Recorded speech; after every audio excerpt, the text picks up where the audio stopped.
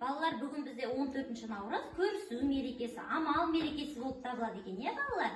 Бұл кезде адамдар қыстан аман есен шыққандарына қуанып, бір-бірімен қол алысады екен. Көрісу мерекесінде жасы кіші адамдар өздерінен жасы үлкен адамдардың үйіне барылып көріседі екен.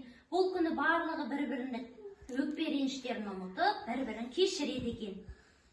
Көрісу мерекесін адамдар асыға күтеді екен. Бір-біріне бір жасың құтты болсын, амал мерекесі құтты болсын деп бір-біріне жылы лебіздерін айтады екен. Балалар, олай болса біз қазір өзіміздің көршілерімізбен барып, балалар, амандасып, амал мерекесімен құттықтап көрісіп келейік. Ал жүріңдер балалар, көршілерімізбен амандасып келейік.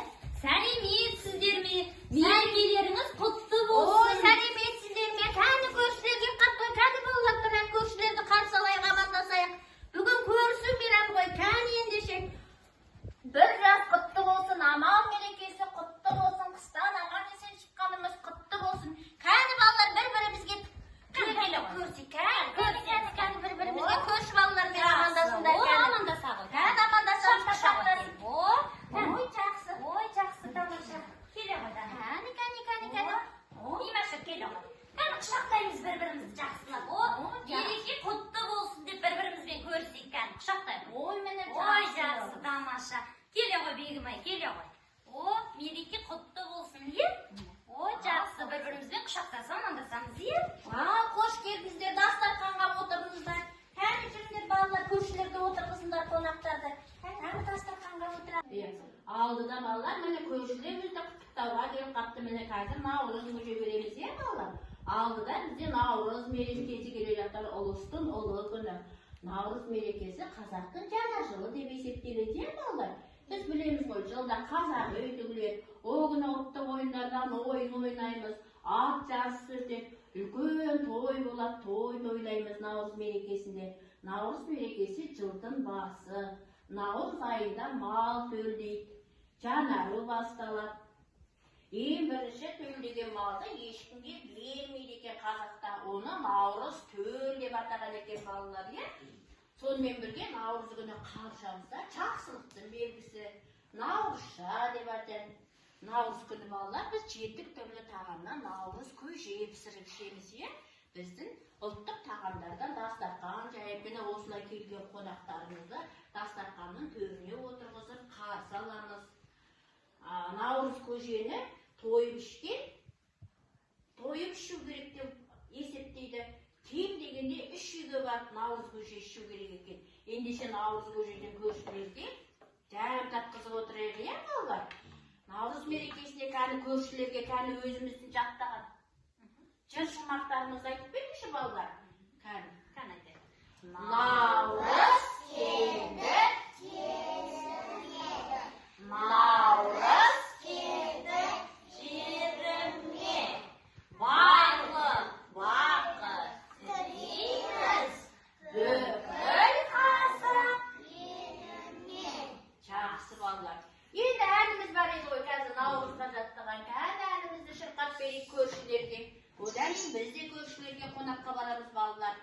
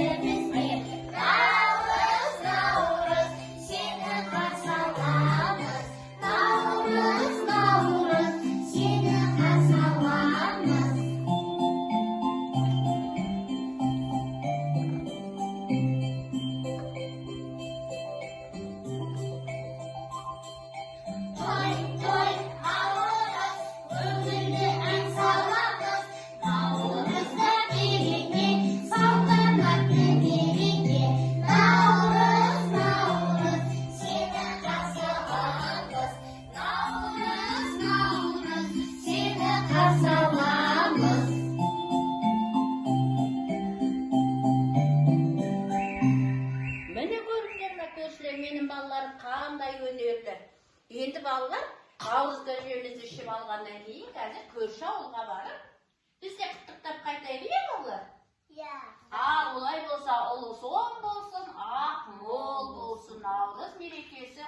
құтты болсын. Жылда мерекені тойлай берейін осылай. Келді міне қазағым, наурыз айы мейрамың, орындалған арманың төл тойы ғой қазақтың. Пай-пай наурыз, берекемен келеді, пай-пай наурыз, қуанышпен енеді. Пай-пай наурыз, берекемен келеді, пай-пай наурыз, қуанышпен енеді. Наурыз көже аңсаған, дәмін татып тамсанған, үлгі қылсаң ұрпағың, салт дәстүрін сақтаған.